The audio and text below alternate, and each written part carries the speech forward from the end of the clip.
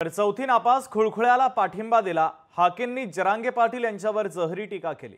मतं घेऊन ओबीसींचं आरक्षण संपवलं, मतं मागायला आलात तर आता दांडके काढू असा थेट इशारा हाकेंनी राजकीय पुढाऱ्यांना दिलेला आहे। तर लक्ष्मण हाके यांनी राजकारण्यांना आता सज्जड दम दिला आहे। आपलं आरक्षण काढून घेतलंय, ज्याला तुम्ही पिढ्यान पिढ्या योग पंडित गेला की दुसरा पंडित गेला की पवार गेला की अजून तिसरा कोणता, अरे तुमचं कुठे काय आता पंडित कोणी नाही, अजिबात नाही।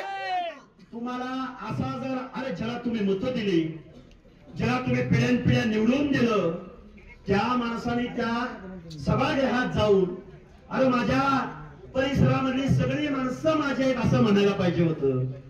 हा माणूस चौथे नापास एका खुळखुळ्याला पाठिंबा द्यायला गेला। तुमच्या आमच्या पिढीने गाव नगरमध्ये गाव कुसामध्ये गुलामी नाही झाली।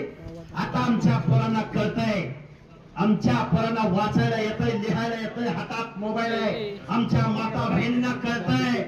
अरे किती दिवस तुमच्या गुलामी सहन करायचे, राजसत्ता आणि राजपाट मागून मिळत नाही तर तो नेहमीच हिसकावून घ्यायचा असतो।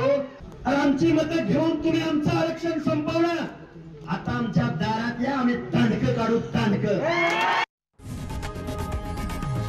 लोकशाही मराठी ऐका, पहा, जागरूक रहा।